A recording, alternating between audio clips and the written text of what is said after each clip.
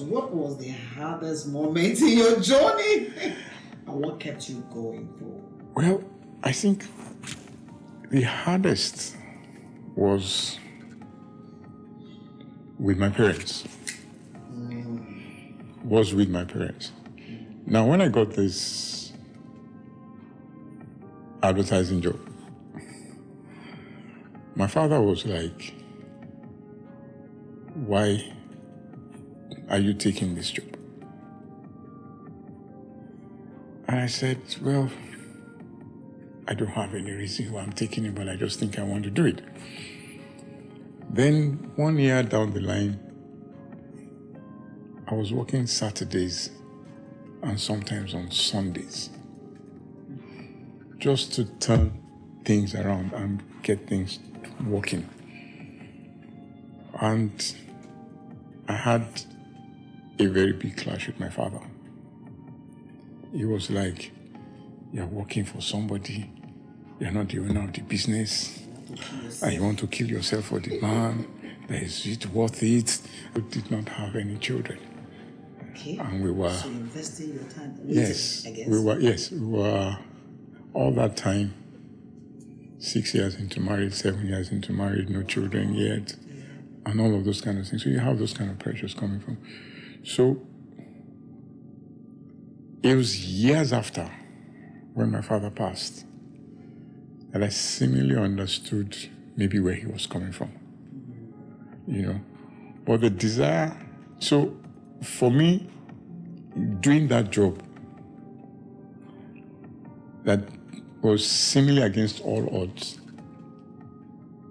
you cannot but want to do anything to succeed in it and to prove everybody wrong. So that was the push. That was the push for me. That was a big push. That I can't afford to fail. I can't afford to go back to my father and say, if I had listened to you, it wasn't going to happen. And I was not going to have any regrets. So I pushed.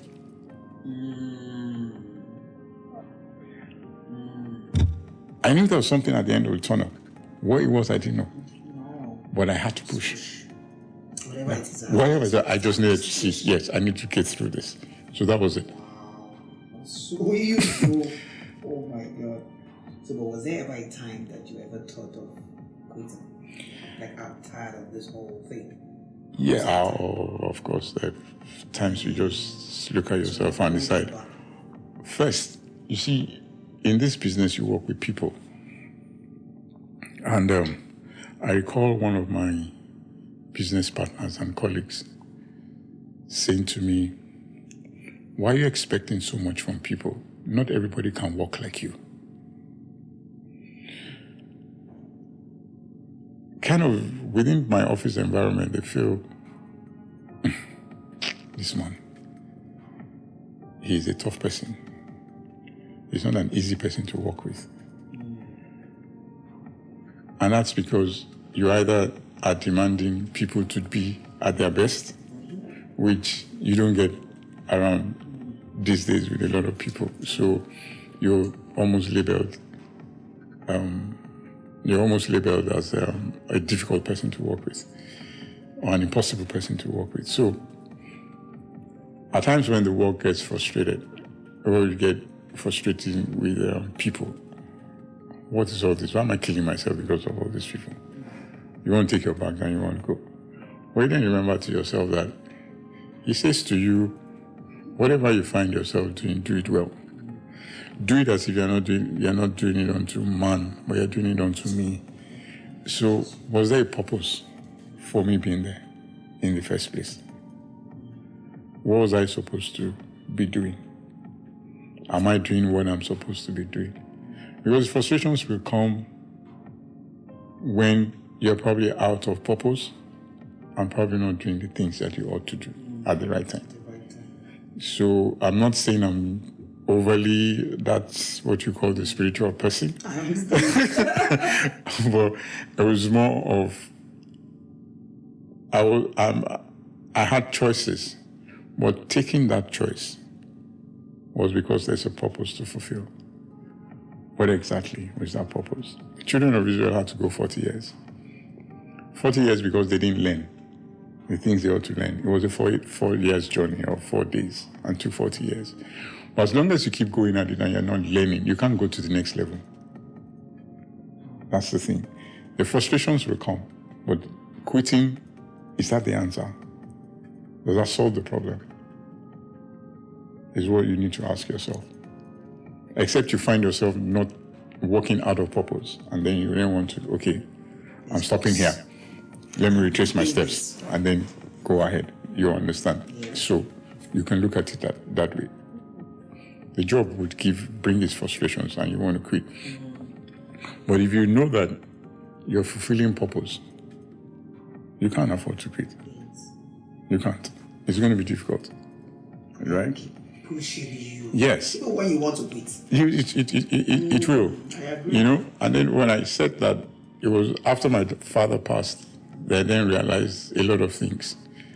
Maybe this man wanted me to start things by myself early enough. I'm not working for... You can't be putting all this effort into all of these things and you're working for somebody. It has to be yours. For years we were the face of the organization. That's myself and the MD. I was the deputy managing director. My colleague was the MD. We were the face of the agency. And then when we had to leave, somebody asked, I thought you had shares in the company. I said, no, we don't have shares. And then the words of my father came back to me. You see, you spend all this time doing this for somebody. Bringing the deals, kind of. Everything. Everybody you needed to talk to. Handling the deals at the same time. Everything. Like doing the business and doing the job. The man just comes to the office. How are you guys doing? What's happening? If he needs to step in, fine. There's some jobs we got without his knowledge. That he wasn't even in the country. He doesn't even know anybody there. It was just the doors open, those kind of things.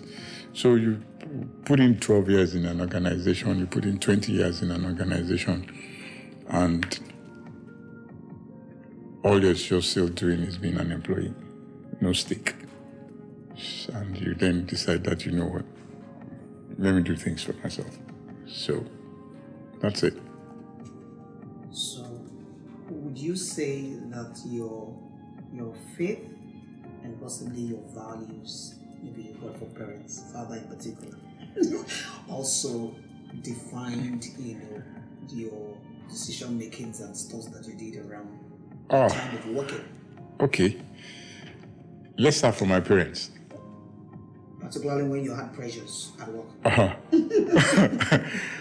I know my father was very diligent and whatever person he was. My mom was also very hardworking, and those were civil servants, so they had their life. But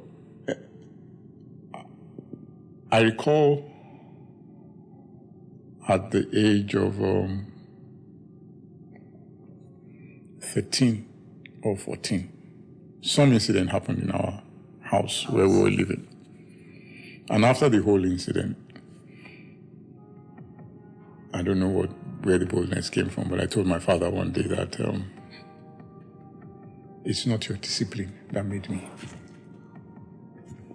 That if I wanted to be overly rascally, I would have been that person. Growing up, I know where to sell drugs. Growing up, I knew we could go to Marina, sell our mother's jewelries for money. We could break transformer mercury and take it to Quayside, then in Marina to the Malams for those that change money. I could do a lot of things. I had friends that got across. But somewhere along the line, I made up my mind that some things don't fit me. You think they were not part of the values that were instilled earlier? Was it part of the values? Well, I will not throw away family values. Yeah. I won't throw away family values, really. But the point really again is, there's a Yoruba adage that says, if you're born, you reborn yourself. you actually rediscover yourself. So I think I discovered myself early enough on few things that I wanted to do. It was by choice I did not take up smoking. It wasn't, I can't be puffing smoke, hand smelling, shirt smelling. I'm looking for peppermint to, Oh my God. you understand? So it wasn't going to be part of me. It was by choice. I also did not take beer. It was not sweet. The first time I tasted it. So it was by choice. Do you understand? So it's not, and when somebody say, you don't drink, you don't smoke because you're a pastor. No. I was not drinking, I was not smoking from a very long time. It had nothing to do with my health, it had nothing to do with my spirituality. But just a discovery of who you wanted to be. And I think if you have a lot of people trying to constructively look inwards as to who they are and discover themselves, there are quite a lot of things they won't do. And there are quite a lot of things they will do. You understand? I'm not the person that will be at the forefront. In my organization, the partnership where we have, I have my colleague who is the face of the organization. He's the MD. I'm not struggling to be MD because I know I won't be at the forefront. We have a partnership. I cannot say because I do most of the things, then I should earn more than everybody in the partnership. Every one of us have a collective responsibility that that they bring to the table, and we see ourselves as equal partners.